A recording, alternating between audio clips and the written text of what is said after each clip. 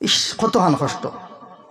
বিশ্বনবীর মেয়ে যে ফাতিমার জন্য তোর সমস্ত বেটিন তোর সর্দার, যে ফাতিমা ওলা পবিত্র, আমরার মা বইনকলর প্রত্যেক মাসের মধ্যে যে রোগ হইয়া থাকে ফাতিমার জীবনেও এই রোগ হইছে না। জোরে বলো সুবহানাল্লাহ।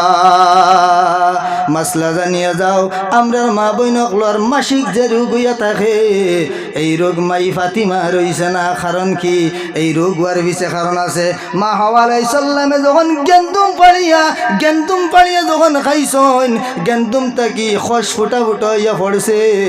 গেন্দুম গাছে আল্লাহর দরবারে দোয়া করছে যে আয় আল্লাহ, আপনি নিষেধ করার পরেও আমার ফল পাড়িয়া মা হাওয়ায় খস বাইর করছেন, বিচার চাই।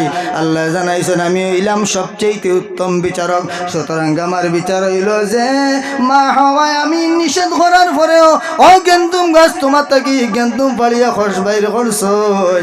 এই মা হাওয়ার থাকি লইয়া কিয়ামত পর্যন্ত যত নারী আইবা প্রত্যেক মাস 3 দিন থেকে লইয়া 10 দিন পর্যন্ত খস বাইর হইব। ঠেঙ্গা মুখা হইলে ওয়াজ আমরা দরকার আছে না?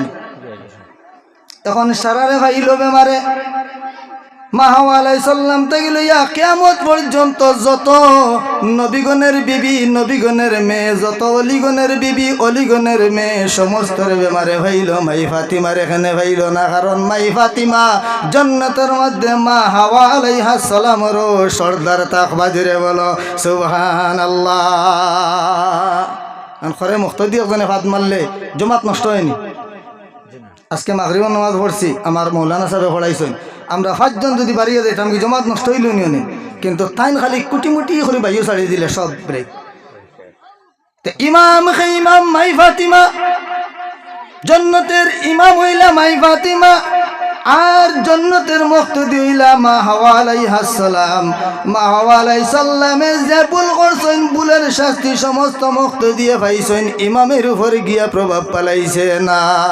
শুধু তাই নাই, আমার যখন জন্ম হইছে, আমার এই মৌলানা সাবর জন্ম হইছে, আমার আলম ভাইয়ের